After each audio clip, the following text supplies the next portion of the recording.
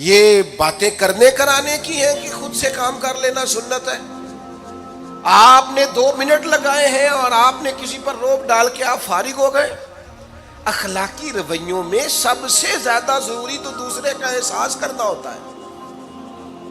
اخلاقی رویوں میں سب سے زیادہ حاجت تو دوسرے کی تکلیف اور شدت کا احساس کرنے کی ہوتی ہے۔ میرے صاحب فرمایا کرتے تھے 10 منٹ کیوں انتظار کراتے ہو لوگوں کو؟ تم نے ممبر پہ کہا تھا میں 2:15 بجے جماعت کراؤں گا، 2:16 کیسے ہوئے؟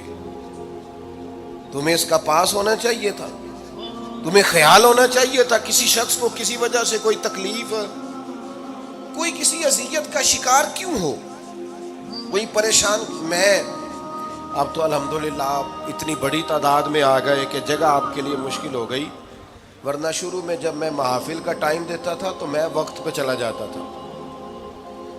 اگر کسی سے کہا ہے نا کہ 6 بجے آئیں گے تو 6 بجے چلے گئے، وہ کئی والی گھر والے پوچھتے سن تسی آ بھی گئے ہو، تو میں کہتا تو سانو تسی ویلے سمجھ لو، ہمارا مزاج نہیں ہے نا جی۔ بلکہ ایک تقریب میں مجھے دعوت دی گئی تو اس پہ لکھا تھا 6 بجے، تو میں وہاں پہنچا تو میزبان بھی نہیں آئے تھے۔ مجھے بتائیں شادی کا کارڈ سارا خاندان بیٹھ کے لکھتا ہے نا، روانگی برات 1 بجے جاتی ہے برات، مشترکہ جھوٹ بولا سارے خاندان نے، یہ رونے کی بات ہے، ہنسنے کی تھوڑی ہے۔ مسلمان اور جھوٹ بولے، مشترکہ طور پہ کہا یہ جھوٹ ہے۔ محفل ہوگی بعد از نماز عشاء، تو ختم کب ہوگی یہ بھی تو بتائیں۔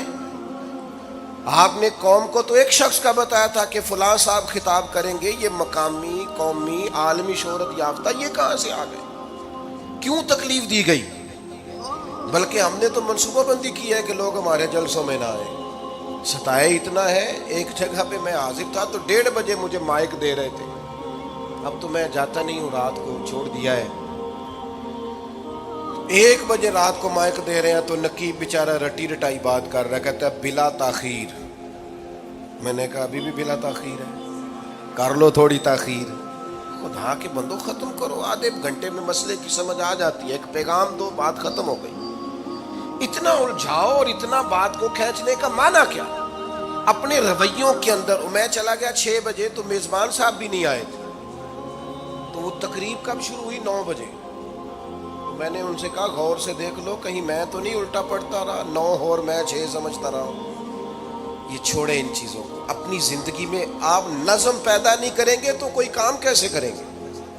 حضرت حکیم الامت مفتی احمد یار خان صاحب نعیمی رحمت اللہ علیہ، مفتی صاحب رحمت اللہ علیہ جب جمعے والے دن الحمدللہ کہتے تھے نا تو پورا 1 بجا ہوتا تھا۔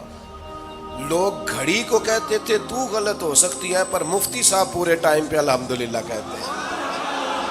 بلکہ ان کے بارے میں معروف ہے کہ وہاں ایک ذمہ دار تھا، بھینسوں کا دودھ دھوتے ہیں نا دیہاتی لوگ، تو عصر کی اذان سے 5 منٹ پہلے مفتی صاحب مسجد تشریف لے جاتے۔ یہ اخلاق ہے، یہ آپ کا رویہ ہے، یہ آپ کا انداز ہے۔ عصر کی اذان سے 5 منٹ پہلے جاتے تھے، جا کے وضو بنانا پڑے تو سنت ادا کر کے بر وقت نماز میں شامل ہو جائیں۔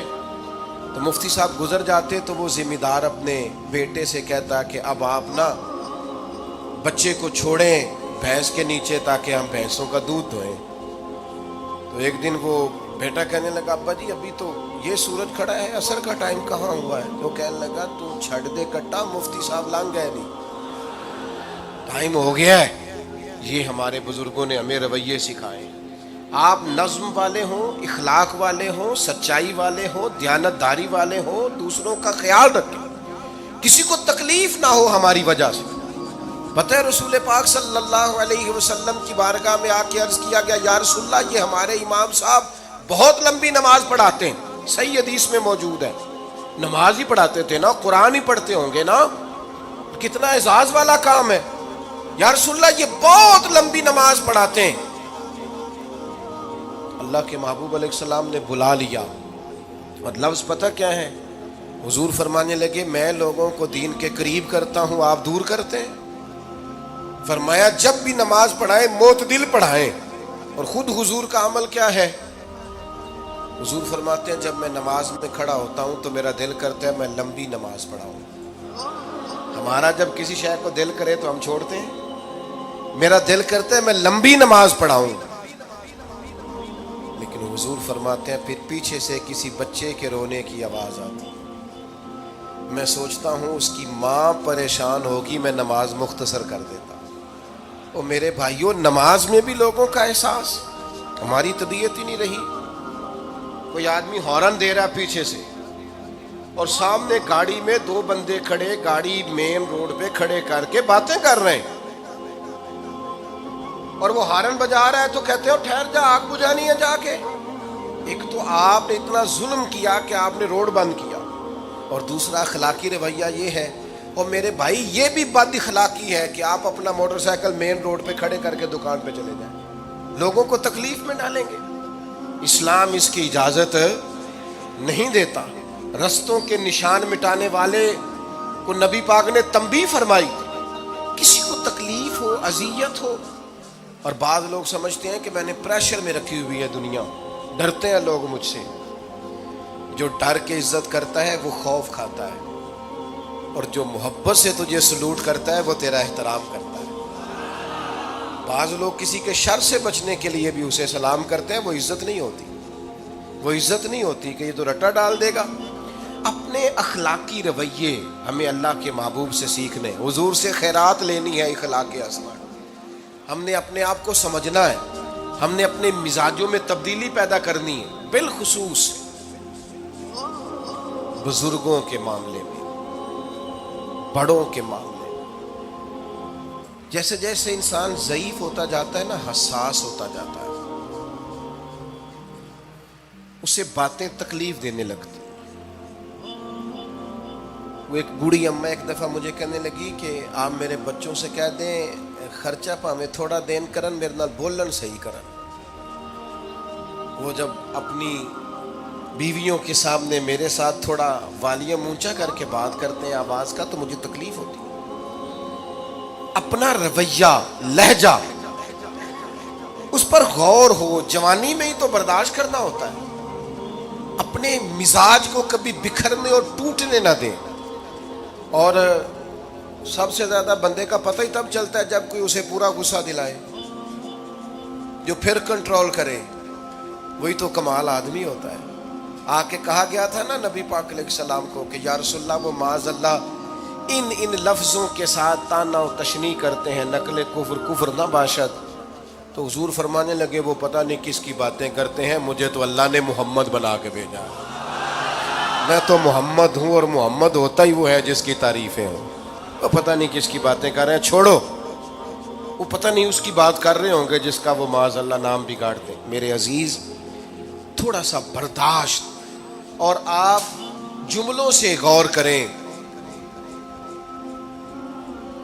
کسی کے لہجے سے غور کریں کہ وہ بندہ کہیں تکلیف میں تو نہیں، آزمائش میں تو نہیں. میں پہلے مختصر تقریر کرنا چاہ رہا تھا، اب آپ لوگوں نے اور مختصر کرا دیا مجھ سے، تو میں بس بات کو سمیٹنے لگا ہوں، آپ غور فرمائیں گے.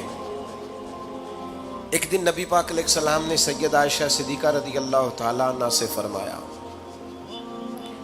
حضور فرمانے لگے عائشہ جب آپ مجھ سے خوش ہوتی ہیں تب بھی مجھے پتہ چل جاتا ہے، اور جب آپ کے دل میں کوئی بات ہوتی ہے تب بھی پتہ چل جاتا ہے. تو سیدہ پاک عرض کرنے لگی حضور مجھے میری ماں روئے، میں اور آپ سے ناراض. تو کریم فرمانے لگے بتاؤں پھر؟ یا رسول اللہ فرمائیے. حضور فرمانے لگے عائشہ آپ کبھی کبھی قسم اٹھاتی ہیں؟ یا رسول اللہ اٹھاتی ہوں. فرمایا جب آپ خوش ہوتی ہیں تو کہتی ہیں مجھے رب محمد کی قسم، اور جب دل میں کوئی بات ہوتی ہے پھر کہتی ہو جناب ابراہیم خلیل کے رب کی قسم. پھر حضرت ابراہیم کی نسبت سے قسم اٹھاتی ہو. تو جناب عائشہ کہتی ہیں حضور کی بات سن کے جو میرا حال تھا میں بتا نہیں سکتی. یا رسول اللہ آپ اتنا خیال کرتے ہیں؟ یہاں تک خیال فرماتے ہیں کوئی کیا بول رہا ہے؟ کہتی میں نے فوراً عرض کی کہ یا رسول اللہ مجھے رب محمد کی قسم ہو، میری زبان سے نام ہی جاتا ہے، میرے دل میں آپ ہر وقت موجود رہیں گے. دل میں